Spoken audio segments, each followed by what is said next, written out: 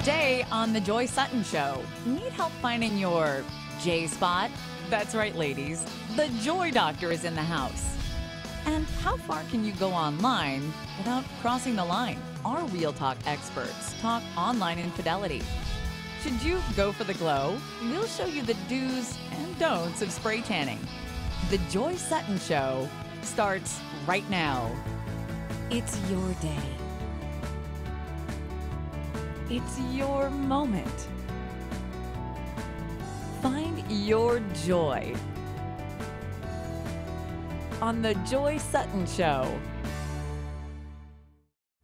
Welcome to The Joy Sutton Show. She calls herself the Joy Doctor, but her life wasn't always so joyful. In her book, The Daughter of a Porn King, she reveals her dark past and what it took to find true joy. Joining us is Dr. Cynthia Glickman. Thank you so much for joining us and bringing us some joy. You know, all right. People can't just have me, they got to have their own joy. So we're so happy that you joined us. And first I want to take me back to your childhood. You've written a book about it, The Daughter of a Porn King, and I think that reveals a lot. But what was your childhood like for you? Well, I was 5 years old when I went to my first porn convention. Wow.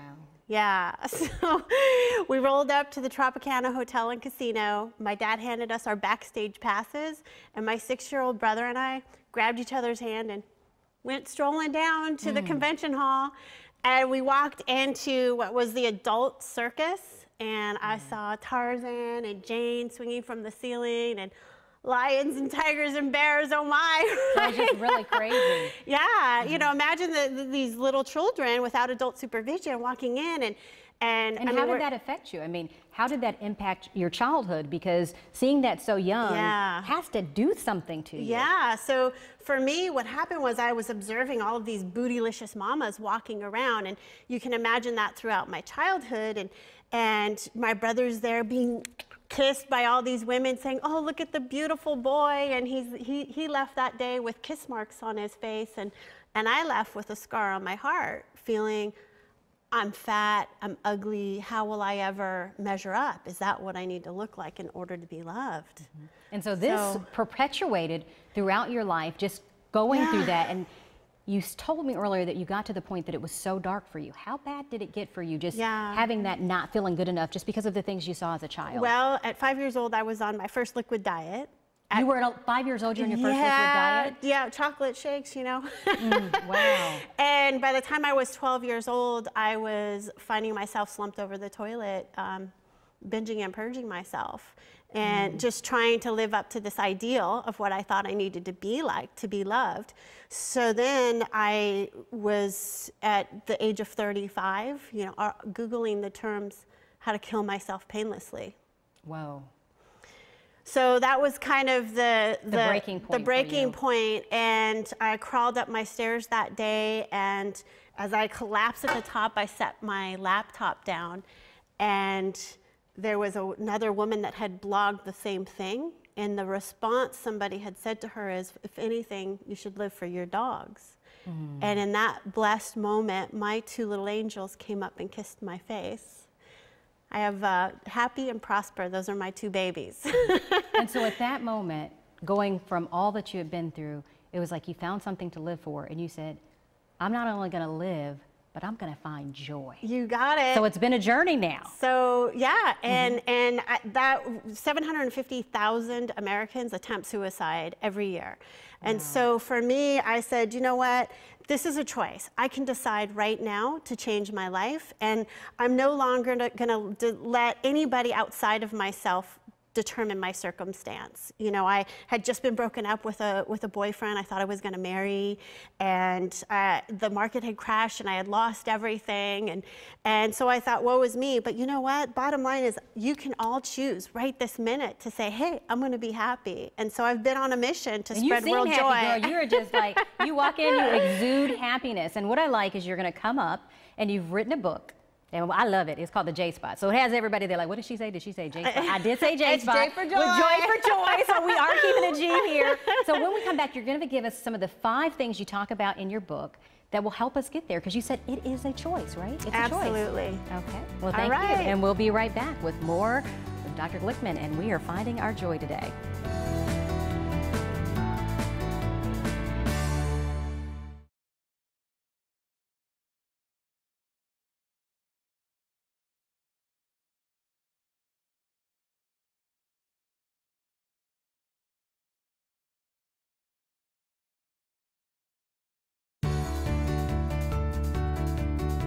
Welcome back. We're here with Dr. Cynthia Glickman, aka the Joy Doctor, and she's helping us find our J-spot. It's actually a book she's in the final stages of writing.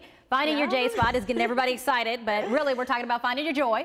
So we are keeping a G here on the Joy Sutton Show. But you talk about the 5 secrets, the 5 things that you can really do to find that J-spot, to find that joy. Take me through some of those. Okay, and I've 5 kept things. it simple because they all start with L, so you can always remember, right? I love that. L for love. And L for love. Let's start with love. Okay. Is that So one of them? Oh, it is one of them.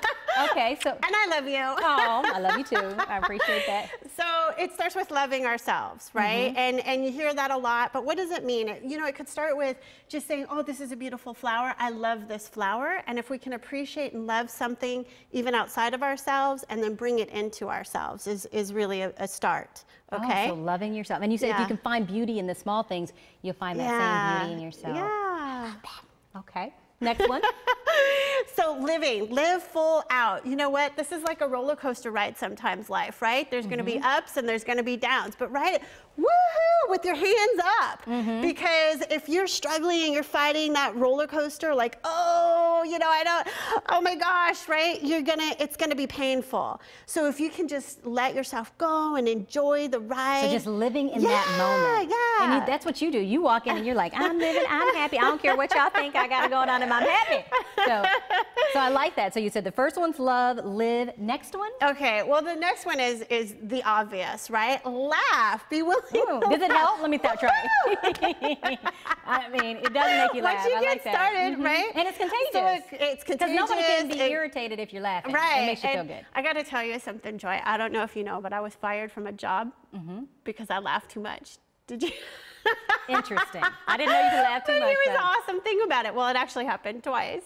Whoa. So you're like, here you are finding your joy. Yeah. Other time you laugh.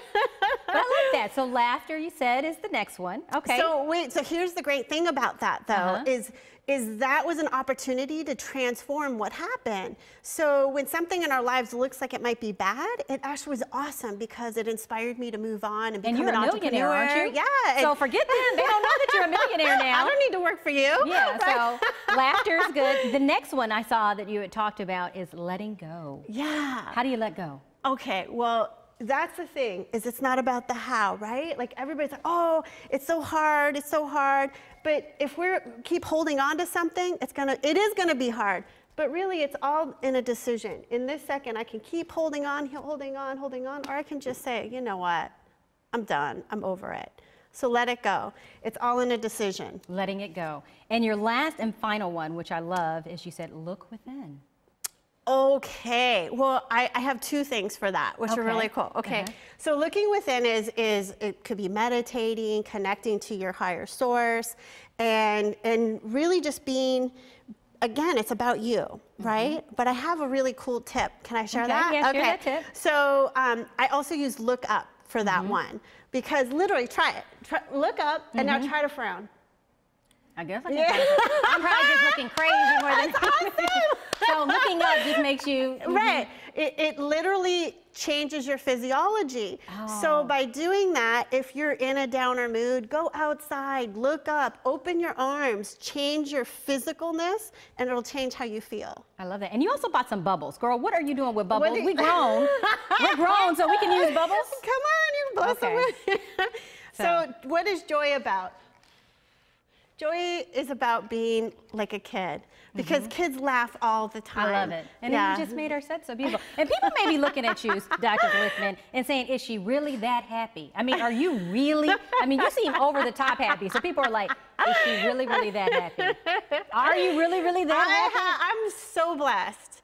And that's really one of the foundations of joy, is being in gratitude. Are you really that happy? I'm so happy that I wrote 365 joy tips, and I have a gift for you all that you can go to yourjspot.com and download 101 of them right now. So we can all be this happy. Yeah, awesome, woohoo. And I love it. You're just inspiring us, and you said it's all about letting go those L's and just finding